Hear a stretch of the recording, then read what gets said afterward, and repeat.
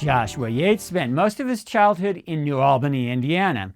He graduated from New Albany High School and loved to go back occasionally for concerts and games. Go Bulldogs! He arranged to meet one of his best buddies from New Albany High, Caleb Burniston, for the homecoming game.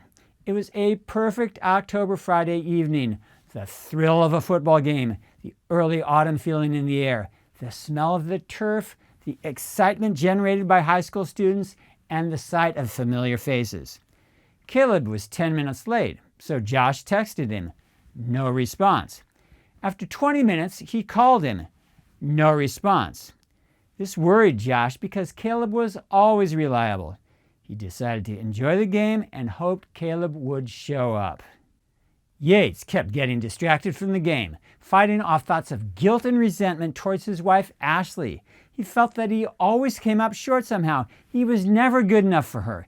Yet, she had subtle ways of putting him down and controlling him.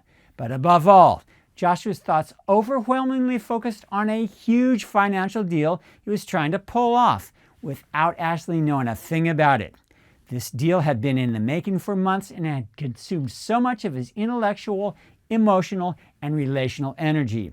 Josh felt guilty for hiding it from his wife. He felt guilty because it was very questionable ethically, probably illegal. He felt guilty because of the slimy characters he was dealing with, people he would never let his friends or family know about. But Josh continually quashed any guilt, fear, and doubt, because this is the deal that would set him for life. He was sick of being a slave to this job or that job. Above everything else, he wanted financial freedom. Over several years, Joshua Yates had saved up $120,000 in a secret account. His income varied widely from month to month and came from many different sources, so it was relatively easy to hide it from Ashley. This was Joshua's plan. Next week, he would withdraw the $120,000 and close the deal with the shady characters. And with that, he would be able to net nearly $600,000 within a few months.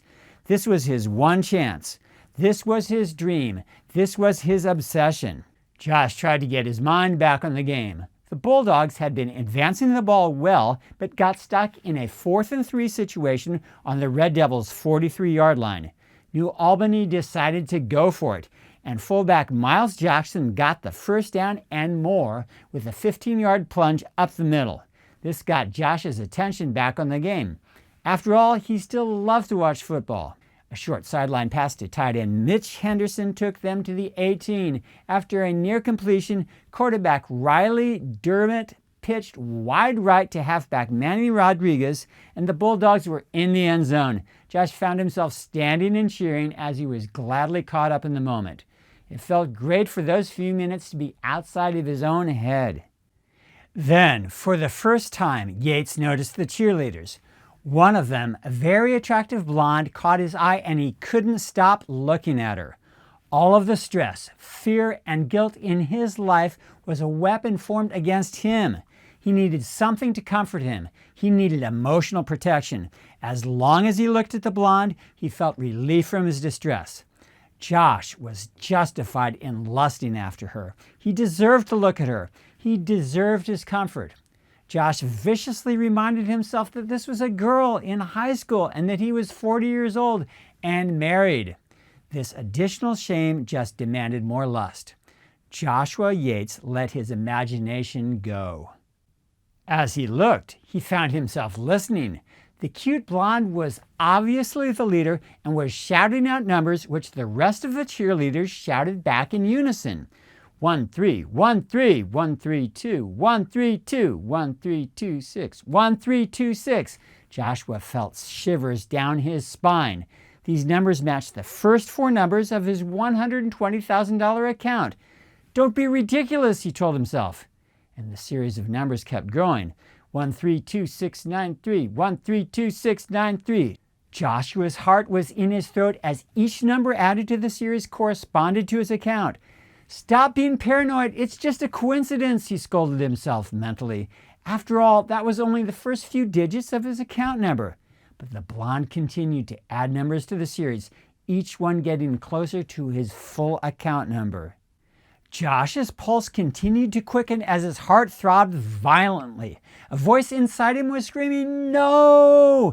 as the cheerleaders finished the series reciting his exact account number for all to hear. "It is just a freaking coincidence. There is nothing to worry about," he yelled silently to himself. Yates fearfully scanned the crowd, looking for any sign that might make sense. His attention on the cheerleaders was now much less visual. He was riveted to every word they said. They remained silent for a time and then continued with some traditional cheers. But then Josh found himself gasping for breath and having to sit down. 8 times in a row, the lead cheerleader shouted his account password, and 8 times in a row, the rest of the squad shouted it back. Joshua felt the blood rush from his head as he almost passed out. He felt waves of heat followed by chills as he broke out in a sweat. Joshua knew himself and knew psychology well enough to know that he had no paranoid delusional tendencies. Josh knew the difference between what he imagined and what he actually heard. There was no question of his sanity or sense perception. Someone had his account information and they knew he was at the game.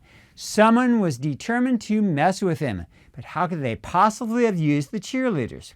Who else at the game had any idea of what was happening? Trying to steady himself, Yates walked quickly, though dizzily, back to his car. He pulled out his phone and logged into his account. His heart dropped to his feet as he read and reread his account information. Withdrawal of $60,000. With quivering hands, he laboriously changed his password. Joshua tried to calm himself by closing his eyes and breathing deeply, but he was crumbling emotionally, tears rolling down his cheeks and then full-on sobbing. He was able to regain some composure and seemingly against his will, he walked back to the game. By the time Joshua got back, halftime was almost over. He sat closer to the cheerleaders this time, listening to every sound they made, completely forgetting about his obsession with a blonde. Jeffersonville kicked off, and New Albany star wide receiver DeMarcus Collins caught the ball at his 18, weaving his way down the field for a stunning touchdown. The crowd erupted in cheers, and Josh felt just a little comfort from the hometown enthusiasm. After some typical cheers, the cheerleading squad was silent for a few minutes. Then the lead cheerleader started the number sequence again. She was no longer a gorgeous beauty, solely there for his pleasure. Now she was the daughter of Satan himself. Once again, each number matched up to his account number as his heart felt like it was at the Daytona Speedway. "Who is messing with me? What do they want with me?" he screamed under his breath. Joshua Yates waited in torturous anticipation to see what they would cheer next. "Oh my God! Oh my God! Oh my God!" he roared half out loud as his new password was shouted to the crowd over and over. Josh's whole body convulsed in spasms of terror. He took out his phone and with great effort once again checked the account. To his absolute horror, another $60,000 was taken out. All that was left was $45.17. 4517, his account's personal identification number. Josh Yates' savings account and hope for the future was totally destroyed. He was beside himself with grief and felt like he would pass out any second. He had to get control of himself. He had to think clearly. He had to do something. Josh noticed a woman who had been occasionally talking to the cheering squad and wondered if she might be the cheerleading coach.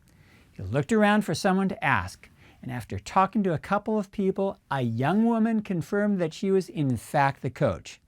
Josh struggled to act normally as he approached the cheerleader's coach. He offered some empty praise, saying that the coach had done a good job with the girls. With great difficulty, Josh asked her about the sequence of numbers and what they meant. The coach looked somewhat startled and replied, "I think you need some help." Joshua started to press her further, But a big guy who looked like a gym teacher immediately moved towards Josh with the body language that said, "Back off, buddy." Josh turned abruptly and walked to a less crowded space, just away from the stands. Joshua's thoughts raced. Is the cheerleading coach in on it? Are my crooked business partners in on it? Is Ashley in on it? Is the blonde a psychic? Am I in physical danger? Do I need to buy a gun?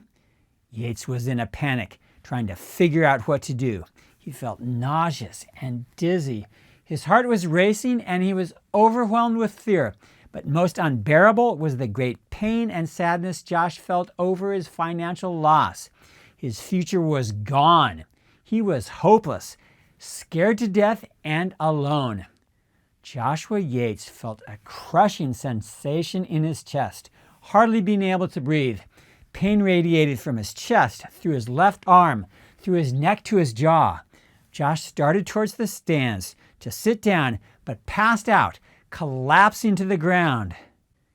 2 days later, Joshua woke up in a hospital bedroom to pain dulled by morphine, hooked up to all sorts of medical technology. Josh's vision gradually cleared to reveal a doctor and nurse near his bed. His eyes drifted towards the left to see 2 uniformed policemen. His heart started to race. He looked to the right, and there was Ashley, looking like a statue, staring at him with ice-cold eyes. Panic gripped Josh. The alarm doctor moved quickly to attend to him. Joshua Darnell Yates slipped quickly back into unconsciousness. I'm Dennis Metzler with The Charge, and you have been watching Hoping in Darkness. Please hit the like button and click on subscribe. Check out more of our videos right here. Peace to you.